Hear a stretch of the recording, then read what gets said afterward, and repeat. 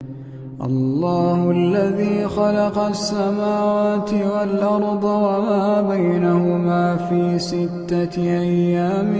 ثم استوى على العرش ما لكم من دونه من ولي ولا شفيع۔ السلام علیکم ورحمۃ اللہ وبرکاتہ۔ امید ہے کہ آپ سب لوگ خیریت سے ہوں گے۔ اللہ تعالی ہم سب کو اپنے حفظ و امان میں خیر و عافیت کے ساتھ رکھیں۔ ہم پڑھیں سورہ البقرہ، ہم آیت نمبر 73 یعنی 73 تک پڑھ چکے ہیں۔ آگے پڑھتے ہیں، شروع کرتے ہیں اللہ کا نام لے کر۔ اعوذ باللہ من الشیطان الرجیم، بسم اللہ الرحمن الرحیم۔ ثم قست قلوبكم من بعد ذلك فهي كالحجارة أو أشد قسوة ثم قست قلوبكم من بعد ذلك فهي كالحجارة أو أشد قسوة وإن من الحجارة لما يتفجر منه الأنهار وإن منها لما يشقق فيخرج منه الماء وإن منها لما يحبط من خشية الله وما الله بغافل عما تعملون۔ أفتطمعون أن يؤمنوا لكم وقد كان فريق منهم يسمعون كلام الله ثم يحرفونه من بعد ما عقلوه وهم يعلمون۔ وَإِذَا لَقُوا الَّذِينَ آمَنُوا قَالُوا آمَنَّا وَإِذَا خَلَا بَعْضُهُمْ إِلَى بَعْضٍ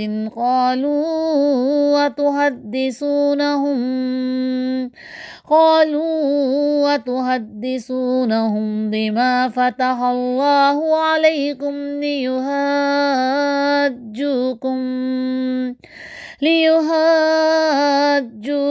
به عند ربكم أفلا تعقلون۔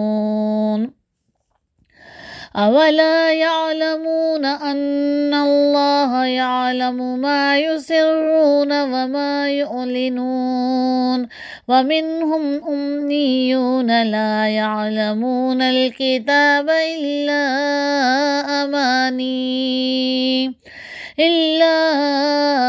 أماني وإن هم إلا يظنون۔ فويل للذين يكتبون الكتاب بأيديهم ثم يقولون هذا من عند الله ليشتروا به ثمنا قليلا فويل لهم مما كتبت أيديهم وويل لهم مما يكسبون۔ صدق اللہ العظیم۔ الحمدللہ رب العالمین، نحمد و نصلی علی رسولہ الکریم۔ یا رب لک الحمد کما ینبغی لجلال وجہک وعظیم سلطانک، رب اشرح لی صدری ویسر لی امری واحلل عقدۃ من لسانی یفقہوا قولی، رب زدنی علما رب زدنی علما رب زدنی علما، آمین۔ پہلے اس کا ترجمہ پڑھتے ہیں ہم۔ مگر ایسی نشانیاں دیکھنے کے بعد بھی آخرکار تمہارے دل سخت ہو گئے، پتھروں کی طرح سخت، بلکہ سختی میں کچھ ان سے بھی بڑے ہوئے، کیونکہ پتھروں میں سے تو کوئی ایسا بھی ہوتا ہے جس میں سے چشمے پھوٹ بہتے ہیں، کوئی پھٹتا ہے اور اس میں سے پانی نکل آتا ہے، اور کوئی خدا کے خوف سے لرز کر گر بھی پڑتا ہے۔ اللہ تمہارے کرتوتوں سے بے خبر نہیں ہے۔ اے مسلمانوں، اب کیا ان لوگوں سے تم یہ توقع رکھتے ہو کہ یہ تمہاری دعوت پر ایمان لے آئیں گے؟ حالانکہ ان میں سے ایک گروہ کا شیوا یہ رہا ہے کہ اللہ کا کلام سنا اور پھر خوب سمجھ بوجھ کر دانستہ اس میں تحریف کی۔ محمد رسول اللہ صلی اللہ علیہ وسلم پر ایمان لانے والوں سے ملتے ہیں تو کہتے ہیں، یعنی وہ لوگ جو کہ منافق ہیں، وہ کہتے ہیں جب پیغمبر صلی اللہ علیہ وسلم سے ملتے ہیں یا ایمان لانے والوں سے ملتے ہیں تو کہتے ہیں کہ ہم بھی انہیں مانتے ہیں، اور جب آپس میں ایک دوسرے سے تخلیہ کی بات چیت ہوتی ہے یعنی اکیلے میں ملتے ہیں تو کہتے ہیں کہ بے وقوف ہو گئے ہو، ان لوگوں کو وہ باتیں بتاتے ہو جو اللہ نے تم پر کھولی ہیں تاکہ تمہارے رب کے پاس تمہارے مقابلے میں انہیں حجت میں پیش کرے، اور کیا یہ جانتے نہیں ہیں کہ جو کچھ یہ چھپاتے ہیں جو کچھ ظاہر کرتے ہیں اللہ کو سب باتوں کی خبر ہے۔ ان میں ایک دوسرا گروہ امیوں کا ہے جو کتاب کا تو علم رکھتے نہیں، بس اپنی بے بنیاد امیدوں اور آرزوؤں کو لیے بیٹھے اور محض وہم و گمان پر چلے جا رہے ہیں۔ بس ہلاکت اور تباہی ہے ان لوگوں کے لیے جو اپنے ہاتھوں سے شرع کا نوشتہ لکھتے ہیں، پھر لوگوں سے کہتے ہیں کہ یہ اللہ کے پاس سے آیا ہوا ہے تاکہ اس کے معاوضے میں تھوڑا سا فائدہ حاصل کر لیں۔ اس سے پہلے جو ہم نے پڑھا تھوڑا سا ہم پڑھ لیں تاکہ ہم جو ہے اس بات کو سمجھ سکیں کہ یہ جو آیتیں شروع ہوئی ہیں وہ پیچھے سے کس طرح سے کنیکٹڈ ہیں۔ تو اللہ رب العالمین نے ہمیں ایک واقعہ بتایا تھا کہ جب موسیٰ علیہ السلام کو اللہ تعالیٰ نے کہا کہ اپنی قوم سے کہو کہ اللہ تمہیں ایک گائے کو ذبح کرنے کا حکم دیتا ہے، تو وہ کہنے لگے کیا تم ہم سے مذاق کرتے ہو؟ اور موسیٰ علیہ السلام نے کہا خدا کی پناہ مانگتا ہوں کہ میں جاہلوں کی سی بات کروں، کیوں وہ گائے ذبح کرنا نہیں چاہتے تھے؟ کیونکہ گائے ہم نے پڑھا تھا کہ بچڑا ان کے دل میں بیٹھا ہوا تھا، جب کہ حضرت موسیٰ علیہ السلام کو اللہ تعالیٰ نے کوہ طور پر بلایا تھا شریعت دینے کے لیے، تو پیچھے ان کے جو ایمان لانے والے جو تھے، جو ان کی بنی قوم تھی، بنی اسرائیل تھی، وہ اس وقت جو تھی صحرا میں تھی۔ اللہ تعالیٰ نے ان کو ایک میدان میں رکھا تھا اور پھر وہاں پر ان کے درمیان ایک وہ جادوگر بھی تھا سامری نام تھا جس کا، تو وہ ایمان تو لے آیا تھا اور بنی اسرائیل کی قوم میں تھا، لیکن حضرت موسیٰ علیہ السلام کے کوہ طور پر چلے جانے کے بعد اس نے کیا کیا تھا کہ ایک جو ہے سونے سے ایک جو ہے وہ زیورات، سونے کے زیورات سے ان کو پگھلا کر ایک گائے کی مورت بنائی تھی، اور پھر لوگوں سے کہا یہ تمہارے رب کی مورت ہے، یعنی اللہ کی یہ مورت ہے، اسی کو سجدہ کرو اور یہ تمہارا رب ہے۔ تو بہت سارے لوگ جو تھے وہ گمراہ ہو گئے تھے اور انہوں نے اس کی بات مان کر اس کی پوجا بھی شروع کر دی تھی۔ اب اللہ تعالیٰ نے پھر بعد میں جب کیا ہوا تھا کہ جب اللہ تعالیٰ نے ان کو حکم دیا تھا کہ وہ لوگ جنہوں نے یہ شرک کیا تھا ان کو قتل کیا جائے، اور جو لوگ معافی مانگ رہے ہیں اللہ سے توبہ کر رہے ہیں اللہ انہیں معاف کر دے گا، وہ تمام وقت جو ہے وہ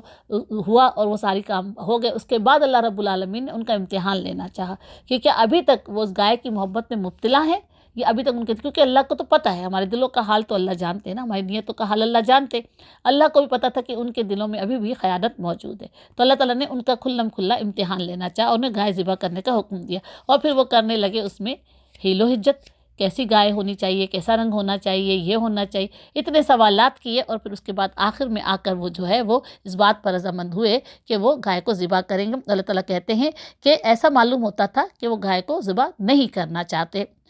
پھر انہوں نے اسے ذبح کیا، ورنہ وہ ایسا کرتے معلوم نہیں ہوتے تھے، یعنی وہ فَذَبَحُوهَا وَمَا كَادُوا يَفْعَلُونَ، یعنی پھر جب آخر میں آ کر ان کی تمام حجتیں پوری ہو گئی، اللہ نے تمام باتیں بتا دی، ایسی گائے ہو، ایسی ہو، ایسی ہو، تو انہوں نے اسے ذبح کیا۔ اللہ تعالیٰ کہتے ہیں وہ ذبح کرتے ہوئے معلوم، یعنی ان کے دل میں یہ نہیں تھا کہ وہ اس گائے کو ذبح کریں، تو ان کے دل کی جو نیت کا جو کھوٹ تھا وہ سامنے آ گیا، تو اللہ تعالیٰ کہتے ہیں کہ پھر تمہارے اندر سے ایک شخص تھا جس نے ایک شخص کی جان لے لی تھی، یعنی ایک شخص نے کسی کو قتل کر دیا تھا، اور پھر آپس میں جھگڑا کرنے لگے، ایک دوسرے کے اوپر قتل کا الزام تھوپنے لگے، پھر اللہ نے فیصلہ کیا جو کچھ تم چھپاتے ہو اسے اللہ کھول کر رکھ دے گا۔ پھر اللہ تعالیٰ نے حکم دیا کہ وہ جو گائے ذبح کی گئی ہے اسی کی جسم کا ایک حصہ اٹھاؤ، یعنی اس کا گوشت کا ایک حصہ اٹھاؤ، اور پھر اس جو شخص جس کا قتل کیا گیا ہے وہ اس لاش کو اس گوشت کے ساتھ ضرب دو، یعنی اس کو مارو، تو جب ایسا کیا گیا تو وہ شخص زندہ ہوا اللہ کے حکم سے، اور اس نے اپنے قاتل کا نام بتایا، اور پھر دوبارہ اللہ نے اس کی روح کو قبض کر لیا۔ تو اللہ تعالیٰ کہتے ہیں کہ دیکھو اس میں دو باتیں ہیں، ایک بات تو یہ ہے کہ اللہ جس چیز کو چاہے کھول کر رکھ دے، تم چھپا نہیں سکتے ہو، دوسری بات یہ ہے کہ اللہ تعالیٰ مردوں کو کس طرح زندگی بخشتا ہے، یہ بات بھی تمہارے پر واضح ہو گئی کہ تمہارے سامنے ایک شخص مردہ پڑا ہے، اللہ تعالیٰ نے اس کو کس طرح سے زندگی بخشی، یہ اس گائے کے گوشت کا کوئی کمال نہیں تھا، یہ تو اللہ کا حکم تھا جو اللہ تعالیٰ نے پورا کر کے دکھایا، ان کو دکھایا کہ اپنی آنکھوں سے دیکھ لو کہ اللہ تعالیٰ مردوں کو کس طرح زندگی بخشتا ہے، اور کس طرح تمہارے چھپے ہوئے چیزوں کو جو ہے وہ ظاہر کرتا ہے، تم کچھ نہیں چھپا سکتے اپنے رب سے، اللہ تعالیٰ تمہیں اپنی نشانیاں دکھاتا ہے تاکہ تم اپنے ایمان کو پختہ کرو، اللہ پر اپنے ایمان کو پختہ کر لو، کہیں بھٹکو نہیں۔ اب جو ہم پڑھ رہے تھے، آج جو ہم نے پڑھا کہ اللہ تعالیٰ کہتے ہیں دیکھو ایسی نشانیاں دیکھنے کے بعد بھی، بنی اسرائیل سے اللہ مخاطب ہے کہ ایسی نشانیاں دیکھنے کے بعد بھی آخرکار تمہارے دل سخت ہو گئے، پتھروں کی طرح سخت، بلکہ سختی میں ان سے بھی کچھ بڑے ہوئے۔ اللہ تعالیٰ کہتے ہیں تمہارے دل ایسے سخت ہو گئے کہ تم اب پیارے نبی صلی اللہ علیہ وسلم کو جب اب میں نے اپنی کتاب دے کر بھیجی، اپنی آیات، اپنے احکامات دے کر بھیجے، تو تم اس کو ماننے کو تیار نہیں ہو، اور تمہارے دل اتنے سخت ہو گئے ہیں کہ تم اپنے دل میں اس قسم کی نرمی نہیں پاتے ہو کہ اللہ کے کلام کو قبول کر لو۔ اللہ نے تمہیں طرح طرح سے اپنی نشانیاں دکھائیں، اور وہ تمام نشانیاں، تمام واقعات ان کی کتابوں میں بھی درج ہے، ان کو بھی پتہ ہے، ان کے پاس تاریخیں لکھی ہوئی ہیں، ان کے پاس، وہ تو پڑھے لکھے تھے نا بنی اسرائیل، ان کے پاس اللہ کی کتاب موجود تھی، پھر ان کے پاس علم موجود تھا، ان کی تاریخ لکھی گئی، ان کے واقعات لکھے گئے، لیکن وہ تمام وہ چیزیں، وہ واقعات جو تمہارے پاس موجود ہیں، تمہیں پتہ ہے کہ یہ سب کچھ ہوا ہے، اللہ نے یہ نشانیاں دکھائی ہیں، تو پھر تمہارے دل اتنے سخت کیوں ہیں کہ تم اپنے پیارے نبی صلی اللہ علیہ وسلم، جو اللہ کے پیارے نبی ہیں، اللہ نے انہیں خاتم النبیین بنا کر بھیجا ہے، اللہ کی یہ کتاب نازل کی، تم اسے قبول نہیں کر رہے، تمہارے دل اتنے سخت ہو گئے ہیں کہ تم تکبر کر رہے ہو، تم اللہ کے مقابلے میں جو آ کر کھڑے ہو گئے ہو۔ اللہ تعالیٰ کہتے ہیں کہ پتھروں کی جو سختی ہے، ہم نے علم ہے کہ پتھر کتنے سخت ہوتے ہیں، لیکن اللہ تعالیٰ کہتے ہیں ان پتھروں میں سے جو کہ اتنے سخت ہیں، اس میں سے بھی کچھ ایسے پتھر ہیں جن میں سے چشمے پھوٹ نکلتے ہیں، چشمے پھوٹ نکلتے ہیں، یعنی اس میں سے پانی نکلتا ہے، اس میں نرمی آ جاتی ہے، وہ اللہ کی رحمت اس میں سے نکل آتی ہے۔ تو انسان جو ہے، انسان کا دل تو اتنا سخت نہیں ہونا چاہیے نا کہ اس پر اللہ کی جو بات ہے، اللہ کا جو احکامات ہیں، اللہ کی جو رحمت ہے، اس کا اثر ہی نہ ہو اس کے اوپر، اور وہ اللہ کی بات کو مانے ہی نہ، اللہ کی بات کو قبول ہی نہ کرے۔ اللہ تعالیٰ کہتے ہیں کہ اور کوئی پتھر ایسے بھی ہیں کہ جب وہ پھٹتا ہے تو اس میں سے پانی نکل آتا ہے، اور کوئی خدا کے خوف سے لرز کر گر بھی پڑتا ہے۔ بعض اوقات ہم دیکھتے ہیں نا پہاڑوں کی طرف سے کچھ پتھر لڑکتے ہوئے نیچے آ جاتے ہیں، جب کوئی ریت لڑکتی ہوئی نیچے آ جاتی ہے، تو اللہ تعالیٰ کہتے ہیں کہ یہ تو اللہ کے حکم سے خوف، اللہ کے جو ہے خوف سے، اللہ کے خوف سے لرز کر گر پڑتے ہیں، اور انسان جو ہے وہ، اسے اللہ کا خوف ہی نہیں ہے۔ اگر اللہ کا خوف ہو تو کیا آج ہمارے معاشرے میں اتنی برائیاں، جو اتنے گناہ جو عام ہو چکے، کیا وہ ہو؟ خاص طور پہ مسلمانوں کی بات کر رہی ہوں، ہم مسلمان جنہیں پتہ ہے اللہ ہے، ہم ایمان رکھتے ہیں کہ اللہ ہے، اللہ کی ذات ہے، اور ہم اس بات پر بھی ایمان رکھتے ہیں کہ ہمیں اللہ کی طرف پلٹ کر جانا ہے، ہمیں اپنے اعمال کی جواب دہی کرنی ہے۔ پھر ہم کس طرح سے اپنے آپ کو گناہوں سے آلودہ کرتے ہیں، پھر ہم کس طرح سے اپنے آپ کو اللہ کی نافرمانی میں مبتلا کرتے ہیں۔ اللہ تعالیٰ کہتے ہیں کہ اللہ تعالیٰ تمہارے کرتوتوں سے بے خبر نہیں ہے۔ یہ اللہ تعالیٰ صرف بنی اسرائیل سے نہیں کہہ رہے، یہ جملہ ہم سے بھی کہہ رہے اللہ تعالیٰ۔ یہ آیتیں ہمارے لیے بھی ہیں کہ اللہ ہمارے کرتوتوں سے بے خبر نہیں ہے، ہمارے اعمال سے بے خبر نہیں ہے۔ ہم کسی سے کچھ چھپا لیں، کہیں پر جا کر چھپ کر کسی بھی جگہ پر کوئی غلط کام کر لے، لوگوں سے چھپا لیں گے، اللہ سے ہم نہیں چھپا سکتے۔ اللہ کے دو فرشتے کرامن کاتبین ہمارے دونوں کاندھوں پر بیٹھے ہیں، اور ہمارے اعمال لکھتے جا رہے ہیں۔ سیدھے کاندھے والا ہمارے نیک اعمال لکھتا ہے، اور الٹے کاندھے پر بیٹھا ہوا ہمارے برے اعمال لکھتا ہے۔ لیکن اللہ کی رحمت تو دیکھیے کہ اللہ تعالیٰ جو ہے، جب ہم نیک عمل کرنے کی نیت کر لیتے، صرف نیت کرتے ہیں کہ کوئی نیک عمل کریں گے، کوئی نیک کام کریں گے، تو ہمارا سیدھے ہاتھ والا فرشتہ فوراً ہماری نیت کو لکھ لیتا ہے، ایک نیکی لکھ لیتا ہے،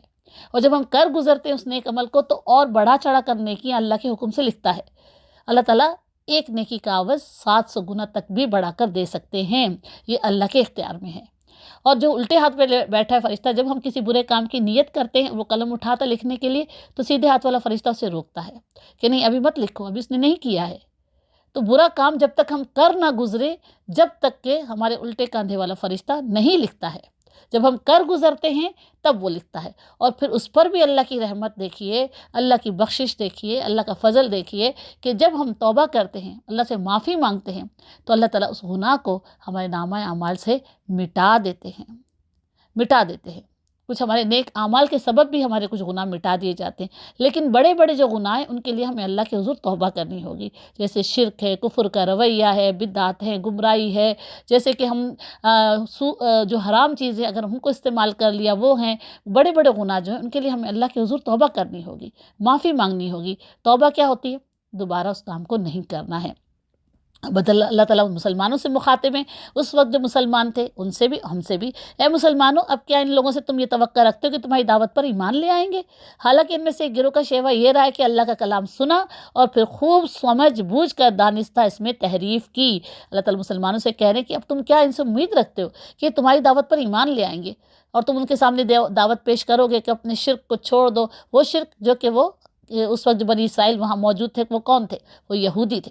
جو حضرت عزیر کو اللہ کا بیٹا مانتے تھے۔ مدینے کے اطراف میں یہودی آباد تھے، اور وہ جو تھے اپنے عقیدوں میں اپنے معاملات میں بڑے ہی کٹر تھے، بہت ہی سخت تھے، لیکن اپنی وہ جو انہوں نے تبدیلیاں کر لی تھی اپنے دین میں اور وہ شرک جس میں مبتلا تھے وہ اس کو چھوڑنا بھی نہیں چاہتے تھے، تو اللہ تعالیٰ کہتے ہیں کہ کیا وہ تمہاری دعوت پر ایمان لے آئیں گے؟ حالانکہ ان میں سے ایک گروہ ایسا ہے اور اس کا یہ قاعدہ اور طریقہ رہا ہے کہ وہ اللہ کا کلام سنتا ہے اور پھر خوب سمجھ بوجھ کر جان بوجھ کر اس میں جو ہے تحریف کرتا ہے، یعنی اس میں تبدیلی کرتا ہے اپنی مرضی کے مطابق۔ ان میں سے یہ ان لوگوں کے بارے میں تھا جو ان کے علماء تھے، ان کے علماء کو پتہ تھا کہ صحیح جو تورات ہے وہ کیا ہے، تورات میں صحیح چیزیں کیا لکھی ہوئی ہیں، لیکن جو انہوں نے پھر کیا کیا تھا، ان کے علماء نے ہی اس میں جان بوجھ کر جو ہے وہ تبدیلیاں کر دی تھی، صرف کس لیے؟ اپنی نفس کی خواہش کے پیچھے۔ جیسے کہ ہم آگے پڑھیں گے نا تو ایک واقعہ آئے گا جس میں ایک زنا کی جو تھا واقعہ تھا، اور یہودیوں کے درمیان یہ ہو گیا تھا کہ اب اس کو سزا کیا دی جائے، تو وہ زبان پیابی صلی اللہ علیہ وسلم مدینے میں موجود تھے، انہوں نے کہا کہ پیابی صلی اللہ علیہ وسلم کے پاس جاتے ہیں، پیابی صلی اللہ علیہ وسلم کے پاس لائے اس جو ہے زنا کا مقدمہ، تو پیابی صلی اللہ علیہ وسلم نے قرآن کے مطابق جو اللہ تعالیٰ نے قرآن میں زنا کی سزا تھی بتائی تھی وہی فیصلہ کیا کہ یہ سزا ہے۔ اب اس فیصلے کو وہ قبول کرنے کے لیے تیار نہیں تھے، کیونکہ انہوں نے اپنے کتابوں میں زنا کی سزا میں تبدیلی کر لی تھی، اور وہ تبدیلی کیا تھی کہ بس جو زانی ہے اس کو جو ہے وہ جوتے مارے جائیں یا اس کو منہ کالا کر کے گدھے پر سوار کر کے اس کو جو ہے پوری بستی میں گھمایا جائے، اس طرح سے ذلیل کیا جائے، جبکہ ان کی کتاب میں بھی زنا کی سزا وہی تھی جو ہماری قرآن میں ہے۔ تو اس وقت وہ لوگ خاموش ہو گئے تھے اور وہ پیابی صلی اللہ علیہ وسلم کے فیصلے کو ماننے کو تیار نہیں تھے۔ پھر پیابی صلی اللہ علیہ وسلم نے ان کو قسم دے کر پوچھا تھا، ان میں سے ایک شخص تھا وہ بالکل خاموش تھا، اس کو قسم دے کر پوچھا تھا پیابی صلی اللہ علیہ وسلم نے کہ تم بتاؤ تمہاری کتاب میں زنا کی سزا کیا ہے؟ تو پھر اس نے سچ بات بتائی کہ جو آپ نے بتائی یہ سزا قرآن کے مطابق سیم یہی سزا جو ہے ہماری تورات میں بھی موجود ہے، لیکن ہم اس میں تبدیلی کر چکے ہیں۔ تو اس طرح سے انہوں نے بہت ساری چیزوں میں تبدیلیاں کر لی تھی۔ کیوں؟ اس لیے کہ وہ اس وقت جو حاکم تھے جنہوں نے اس قرآن میں جو ہے تبدیلیاں کروائی تھی، اپنی تورات میں تبدیلیاں کروائی تھی، صرف اس لیے کہ وہ اپنے آپ کو بچانا چاہتے تھے کہ ہمارے جو ہے مرتبے والے ہیں، جو بلند مرتبہ ہیں، جو بادشاہ ہیں، جو اس طرح سے بلند مرتبے پر ہیں، ان سے کوئی گناہ سرزد ہو جائے، ان سے کوئی غلطی سرزد ہو جائے تو ان کو سزا نہ ملے۔ تو جب انہوں نے تبدیلیاں کی تو وہ تبدیلیاں پھر عام لوگوں کے لیے بھی ہو گئی، تو پھر سب لوگ اس کو فالو کرنے لگے۔ اسی طرح اللہ تعالیٰ کہتے ہیں کہ وہ اللہ کا کلام سنتے تھے، سمجھتے تھے، لیکن جان بوجھ کر اس میں تبدیلیاں کر رہے تھے۔ تو وہ جب ایسے منافق تھے، یہودی بھی منافق ہی تھے، وہ ان میں زیادہ تر منافق ہی تھے، کیونکہ وہ جب پیابی صلی اللہ علیہ وسلم سے ملتے تھے، ایمان لانے والوں سے، صحابہ کرام سے ملتے تھے، تو ان سے کہتے تھے کہ ہم تمہیں مانتے ہیں، یعنی ہم اللہ پر ایمان لاتے ہیں، جو کچھ تم کہہ رہے ہو بالکل صحیح ہے۔ لیکن جب تنہائی میں یہ کفار اور مشرکین مکہ سے ملتے تھے تو کہتے تھے بے وقوف ہو گئے ہو کیا، ہم ان کی بات مانیں گے؟ کیونکہ وہ ان سے کہتے تھے کہ تم تو ایمان لے آئے ہو محمد صلی اللہ علیہ وسلم پر۔ تو پھر جب ان سے ملتے تھے تو کیا کہتے تھے کہ نہیں ہم تو اب تمہارے ساتھ ہیں، ہم تو ان کے ساتھ مذاق کر رہے ہیں۔ شروع میں ہی ہم نے پڑھا تھا سورہ بقرہ میں کہ وہ کہتے تھے ہم تو ان سے مذاق کر رہے ہیں، ہم ایمان نہیں لائے، ہم تو تمہارے ساتھ ہیں، ہم تو بس ان سے مذاق کر رہے ہیں۔ اور اللہ تعالیٰ کہتے ہیں، اور وہ اپنے لوگوں سے کہتے تھے ان لوگوں کو وہ باتیں بتاتے ہو جو اللہ نے تم پر کھولی ہیں تاکہ تمہارے رب کے پاس تمہارے مقابلے میں انہیں حجت میں پیش کریں۔ اور پھر وہ لوگ، جیسے کہ ابھی میں نے آپ کو بتایا کہ اس شخص نے جو ہے وہ یہودی تھا، اس نے وہ صاف بات بتا دی کہ جو زنا کی سزا قرآن میں ہے وہی سزا ہمارے پاس تورات میں بھی ہے، ہم اس میں تبدیلی کر چکے ہیں۔ تو پھر انہوں نے کیا کیا تھا کہ اپنے لوگوں کو منع کرنا شروع کیا کہ تم اس قسم کی باتیں جو ہیں مسلمانوں پر کیوں کھولتے ہو، کیوں بتاتے ہو انہیں کہ ہمارے تورات میں کیا ہے اور ہم اس میں کیا تبدیلیاں کر چکے ہیں، کیونکہ اگر تم انہیں بتا دو گے تو تمہیں اللہ کے پاس تمہارے مقابلے میں اسے حجت میں پیش کریں گے، یعنی آخرت میں تو اللہ تعالیٰ سوال کریں گے نا، گواہی لیں گے سب سے، ہر معاملے میں ہر انسان سے گواہی لیں گے، ہر معاملے میں ہر انسان سے گواہی لی جائے گی۔ تو ہمیں تیار رہنا ہے کہ ہم جو صحیح اور غلط کر رہے ہیں ہر معاملے میں ہم سے گواہی لی جائے گی۔ تو انہوں نے کہا کہ اگر تم اپنی باتیں، اپنی تمام جو ہماری کتاب میں تبدیلیاں ہو چکی ہیں، یا جو ہم اپنی شریعت کے خلاف، کیونکہ شریعت تو ان کو بھی دی گئی تھی، جس طرح سے قرآن ہمیں شریعت کے طور پر دیا گیا ہے نا، شریعت کا مطلب زندگی گزارنے کے طریقے اور اصول اللہ کے حکم کے مطابق، تو انہیں بھی تورات میں شریعت ہی دی گئی تھی کہ کس طرح سے تمہیں زندگی گزارنی ہے، زندگی کے کیا اصول ہیں، کیا کیا گناہ ہیں، جن کی کیا کیا سزائیں ہیں، کیا حرام ہے، کیا حلال ہے، سب اسی طرح سے۔ تو انہوں نے کہا کہ اپنے لوگوں سے کہ تم مسلمانوں کو یہ باتیں مت بتاؤ، اگر تم بتاؤ گے تو آخرت میں اللہ کے سامنے اسے حجت کے طور پر پیش کریں گے کہ ہاں رب العالمین انہوں نے تو ہمیں بتایا تھا کہ ان کی کتاب میں یہ ہے، لیکن اس کے خلاف کر رہے تھے۔ تو اللہ تعالیٰ کہتے ہیں کیا یہ نہیں جانتے کہ جو کچھ یہ چھپاتے ہیں، جو کچھ ظاہر کرتے ہیں، اللہ کو سب باتوں کی خبر ہے۔ اللہ تعالیٰ کہتے ہیں یہ چاہے تمہیں بتائیں یا نہ بتائیں، تم سے چھپائیں یا تمہارے پر ظاہر کریں، کیا اس بات کو نہیں جانتے کہ جو کچھ چھپاتے ہیں اور جو کچھ ظاہر کرتے ہیں، ان تمام باتوں کا اللہ کو علم ہے۔ اللہ سے تو کوئی بات بھی چھپی ہوئی نہیں ہوئی ہے۔ ہمارے علم، ہماری جو نیت ہے، ہمارے جو اعمال ہیں، اللہ سے تو کوئی بات چھپی ہوئی نہیں ہے۔ اللہ تو ہماری نیتوں سے باخبر ہے۔ کیا وہی نہیں جانے گا جس نے ہمیں پیدا کیا؟ کیا وہی نہیں جانے گا جس نے ہماری تخلیق کی؟ وہ تو ہمارے دلوں کے راز، ہمارے دلوں کے حال سے واقف ہے۔ جو کچھ ہم سوچتے ہیں، ابھی صرف ہم سوچتے ہیں، ابھی میں نے آپ کو بتایا تھا نا کہ ہم صرف جس بات کی نیت کر لیتے ہیں نیک عمل کرنے کی، ہمارا فرشتہ ایک نیکی لکھ لیتا ہے۔ وہ نیت کیا ہوتی ہے؟ وہ ہماری سوچ ہی تو ہوتی ہے نا۔ میں سوچ رہی ہوں کہ ابھی اٹھوں گی، ابھی اذان ہوگی، ابھی میں نماز پڑھوں گی، تو یہ میری نیت کیا تھی؟ یہ میری سوچ تھی۔ ہماری نیتیں کیا ہیں؟ ہماری سوچ ہیں۔ تو اپنی سوچوں کو ہمیں نیکی کی طرف راغب رکھنا ہے۔ جب ہماری سوچیں نیکی کی طرف راغب رہیں گی تو انشاءاللہ ہمارے اعمال بھی نیک ہوں گے۔ تو یہاں پر بھی اللہ تعالیٰ یہی بتا رہے ہیں کہ تم کچھ اللہ سے چھپا نہیں سکتے ہو، اللہ تو تمہاری نیتوں سے بھی واقف ہے، اور اللہ کو ان تمام باتوں کا علم ہے جو تم کر رہے ہو۔ ان میں ایک دوسرا گروہ امیوں کا ہے، دوسرا گروہ امیوں کا ہے۔ یہ جو اللہ تعالیٰ ہمیں بتا رہے تھے، یہ ان کے متعلق بتا رہے تھے جو ان کے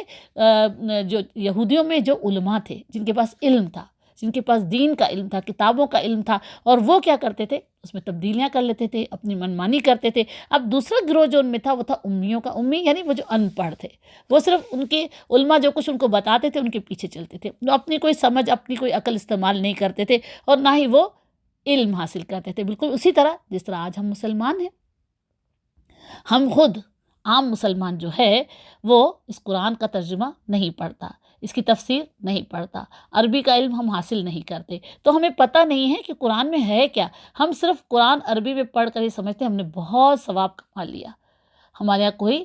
غم آ گیا، دکھ آ گیا، ہم نے قرآن پڑھنا شروع کر دیا، وظیفے شروع کر دیے، ہم نے کوئی مکان بنایا، ہم نے قرآن خوانی کر لی، ہم نے کوئی دکان خریدی، کاروبار شروع کیا، قرآن خوانی شروع کر دی، اپنے مرحومین کو ایصال ثواب کے لیے قرآن پڑھ لیا یا قرآن پڑھوا لیا۔ یہ سب چیزیں جو ہیں ہمیں فائدہ نہیں دینے والی ہیں۔ ثواب قرآن پڑھنے کا ملتا ہے، ضرور ملتا ہے، لیکن ہمیں اس سے فائدہ کیا، جبکہ ہمیں کچھ پتہ ہی نہیں کہ ہم پڑھ کیا رہے ہیں، ہمیں سمجھ ہی نہیں آ رہا کچھ، ہم اس پر عمل کیسے کریں گے؟ تو اسی طرح جو لوگ قرآن کا علم حاصل نہیں کرتے، سبھی عالم نہیں بن سکتے۔ میں یہ نہیں کہہ رہی ہوں کہ ہم سب عالم ہیں، میں خود بھی عالمہ نہیں ہوں، لیکن ہم اتنا تو اس قرآن کا ترجمہ پڑھ کر، تفسیر پڑھ کر یہ تو جان سکتے ہیں کہ ہمیں کیا کرنا ہے اور کیا نہیں کرنا ہے۔ اگر ہم خود نہیں پڑھیں گے، اگر ہم خود نہیں سمجھیں گے، اگر ہم خود نہیں سنیں گے صحیح بات، تو پھر ہم ان لوگوں کے پیچھے چلنا شروع کر دیں گے جنہوں نے ہمارے قرآن کی تعلیمات میں بھی تحریف کرنا شروع کر دی ہے، ہو رہی ہے۔ آیتوں کو الٹ پلٹ کر بتایا جا رہا ہے، ان کے دوسرے نئے نئے معنی، مفہوم جو ہیں وہ ہمیں بتائے جا رہے ہیں۔ تو وہ لوگ جن کو قرآن کا علم ہے ہی نہیں، تو وہ تو ان کے پیچھے چلے جاتے ہیں نا، ان کو تو لگتا ہے وہ صحیح بتا رہے ہیں ہمیں، وہ ان کے پیچھے چل پڑتے ہیں۔ جبکہ صحیح علم حاصل کرنے کے لیے تھوڑی سی خود بھی محنت کرنی ہوگی، تھوڑا سا خود بھی جو ہے ٹائم، وقت نکالنا ہوگا۔ دنیا کا علم حاصل کرنے کے لیے اپنے بچوں کو اسکول بھیجنا، یہ کرنا، یونیورسٹی تک پڑھانا، تو 18 سال تک جو ہے بچوں کو تعلیم ہم دیتے رہتے ہیں، پیسے خرچ کرتے، سب کچھ کرتے، ایک سال، صرف ایک سال روزانہ کیا چند منٹ، 20 سے 25 منٹ نکال کر اگر ہم اس قرآن کا ترجمہ یا تو سن لیں یا پڑھ لیں، تھوڑی سی تفسیر پڑھ لیں، تو الحمدللہ ہمیں قرآن خود ہی رہنمائی کرے گا، اللہ تعالیٰ ہمارے خود ہی رہنمائی فرمائیں گے۔ تو پھر ایک ان میں گروہ وہ تھا جو کہ قرآن کا علم نہیں جانتا تھا، جو کتاب کا تو علم رکھتے نہیں تھے، بس اپنی بے بنیاد امیدوں آرزو کو لیے بیٹھے ہیں اور میں زہم و گمان پر چلے جا رہے ہیں، بس ہلاکت اور تباہی ان لوگوں کے لیے جو اپنے ہاتھوں سے شرع کا نوشتہ لکھتے۔ اللہ تعالیٰ کہتے ہیں کہ دوسرا گروہ ان میں وہ تھا جو کہ پڑھا لکھا نہیں تھا، جن کو اپنی تورات کا علم نہیں تھا، اپنی کتابوں کا علم نہیں تھا،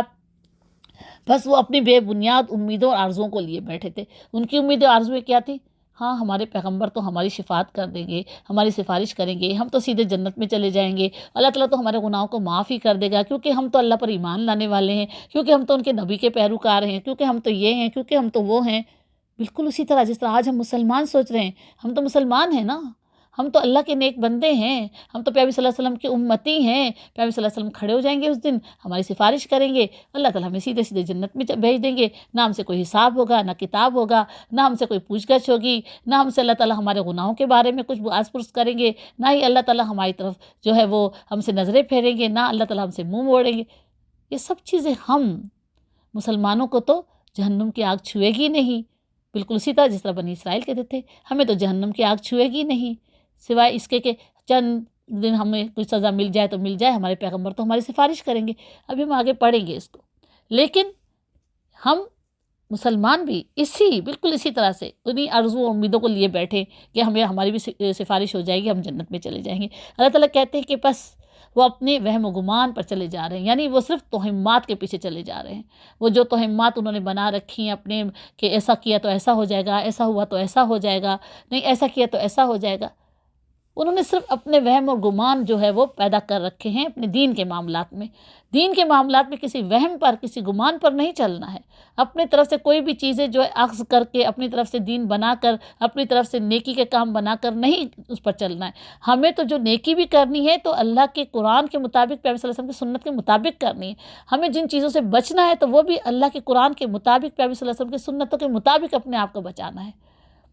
اپنی طرف سے ہمیں کوئی بھی دنیا کے کام الگ ہے، دین کی بات میں کر رہی ہوں کہ دین کے معاملات میں ہم اپنی طرف سے دین کے اندر کوئی چیز داخل نہیں کر سکتے۔ اللہ نے دین مکمل کر دیا، اللہ تعالیٰ قرآن میں بتا دیا الیوم اکملت لکم دینکم، آج کے دن میں نے تمہارے لیے تمہارے دین کو مکمل کر دیا، دین مکمل ہو چکا ہے، اس میں کسی نئی چیز کی گنجائش نہیں ہے، وہ بدعت کہلائے گی جو بھی نئی چیز ہم پیدا کریں گے۔ اللہ تعالیٰ کہتے ہیں بس ہلاکت اور تباہی ان لوگوں کے لیے جو اپنی ہاتھوں سے شرع کا نوشتہ لکھتے ہیں، اللہ تعالیٰ کہتے ہیں تباہی ہے ان لوگوں کے لیے جو کہ اپنے ہاتھوں سے جو ہے وہ شریعت لکھتے ہیں کہ کیا صحیح ہے، کیا غلط ہے، ہمیں کیا کرنا ہے، کیا نہیں کرنا ہے، اس گناہ کی سزا یہ ہے، اس گناہ کی سزا یہ ہے، جبکہ اللہ تعالیٰ قرآن میں ہمیں سب کچھ بتا چکے ہیں۔ اسی طرح اللہ تعالیٰ یہاں پر بنی اسرائیل سے مخاطب ہیں کہ تم خود شریعت لکھ رہے ہو اپنے ہاتھوں سے، جبکہ اللہ تعالیٰ شریعت نازل کر چکے ہیں۔ اللہ تعالیٰ ہمارے لیے بھی یہ شریعت قرآن کے ذریعے نازل کر چکے ہیں، اس میں کوئی رد و بدل کرنے کا ہمیں کوئی اختیار نہیں ہے۔ پھر لوگوں سے کہتے ہیں کہ یہ اللہ کے پاس سے آیا ہوا ہے تاکہ اس کے معاوضے میں تھوڑا سا فائدہ حاصل کر لیں۔ اللہ تعالیٰ کہتے ہیں کہ جب وہ شریعت اپنے ہاتھوں سے لکھتے ہیں، اس میں رد و بدل کر لیتے اور پھر کہتے ہیں کہ اللہ کے پاس سے آیا ہوا ہے، یعنی اللہ نے یہ تعلیمات اتاری ہیں، اللہ نے یہ شریعت لکھ کر بھیجی ہے، اللہ نے یہ شریعت ہمیں عطا کی ہے کہ اس طرح اس طرح اس طرح کرو اور اس طرح اس طرح اس طرح مت کرو۔ اللہ تعالیٰ نے قرآن کے ذریعے اور ان کو ان کی کتابوں کے ذریعے بالکل صاف واضح طور پر تمام شریعت دے دی تھی، زندگی گزارنے کے تمام اصول دے دیے تھے، سب حرام حلال چیزیں بتا دی تھی، کیا کرنا ہے کیا نہیں کرنا ہے بتا دی تھی، بالکل اسی طرح جس طرح ہمیں قرآن میں بتایا گیا ہے۔ اور پھر وہ کہتے تھے کہ یہ اللہ کے پاس سے آیا ہوا ہے تاکہ اس کے معاوضے میں تھوڑا سا فائدہ حاصل کر لیں۔ کیا فائدہ حاصل کر لیں؟ کہ دنیا میں وہ جو سختیاں جو اللہ نے ہمیں کتاب اور اپنے قرآن میں بتائیں کہ پابندیاں، سختیاں یا پابندیاں دونوں کہہ سکتے ہیں کہ اللہ نے پابندی لگا دی نا کہ یہ مت کرو، تو سختی سے اس پر عمل کرنا ہے کہ یہ نہیں کرنا ہے۔ اور اللہ نے جن چیزوں کی ہمیں اجازت دے دی ہے اور بتایا کہ یہ کام کرنے ہیں، یہ فرض میں تمہیں کرنے ہیں، تو وہ ہمارے پر پابندی کہ ہمیں وہ ہر حال میں کرنے ہیں۔ جیسے کہ ہمیں 5 وقت کی نماز فرض ہے، جیسے کہ ہم پر روزے فرض کیے گئے، جیسے کہ ہم پر حج اور زکوٰۃ اور یہ تمام چیزیں فرض کی گئیں، جیسے کہ ہمیں اپنے ایمان کو خالص اور مکمل اپنے رب کے لیے کرنا ہے، وہ ہمارے پر فرض ہے۔ ہمارے ایمان میں اگر تھوڑا سا بھی خلل واقع ہوگا تو ہمارے نیک اعمال بھی قبول نہیں کیے جائیں گے، نہ ہماری نمازیں قبول ہوں گی، نہ ہمارے روزے قبول ہوں گے، نہ ہماری عبادتیں، نہ ہمارے صدقات، نہ ہمارے نیک اعمال، کچھ قبول نہیں ہوگا۔ سب سے پہلے تو اپنے ایمان کو اپنے رب کے لیے خالص کرنا ہوگا، کسی شرک اور کسی کفرانہ رویے کا اس میں کوئی عمل دخل نہیں ہونا چاہیے۔ اس کے بعد ہمارے تمام اعمال جو ہیں ہمارے ایمان کے بعد آتے ہیں۔ ان الذین آمنوا وعملوا الصالحات، وہ لوگ جو ایمان لائے پھر جنہوں نے نیک عمل کیے۔ ایمان کے بعد نیک عمل کا درجہ ہے، ایمان کے بغیر عمل کوئی کام کا نہیں۔ ایمان اور عمل دونوں کا ساتھ ہے آپس میں، ایمان کے بغیر کوئی عمل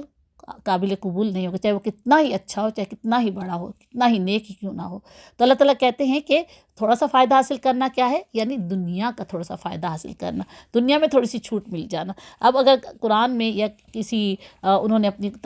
جو ہے کتابوں میں، تورات میں یا انجیل میں تبدیلیاں کی، صرف اس لیے کہ کچھ سزائیں ایسی تھی جو سخت تھی، ان سے ہم بچ سکیں، دنیا میں تھوڑا سا فائدہ حاصل کر سکیں، یا پھر جو کاموں کا حکم اللہ نے دیا ہے بڑی سختی کے ساتھ، تو ہم ان میں تبدیلی کر لیں کہ اس میں کوئی سختی نہیں ہے، کوئی پابندی نہیں ہے، مرضی یہ کرنا ہے کر لو، نہیں کرنا نہیں کرو، تمہاری کوئی پکڑ نہیں ہوگی۔ تو دنیا میں تو اپنے لیے تھوڑا فائدہ حاصل کر لیا نا، کہ ان سختیوں اور پابندیوں سے نکل گئے،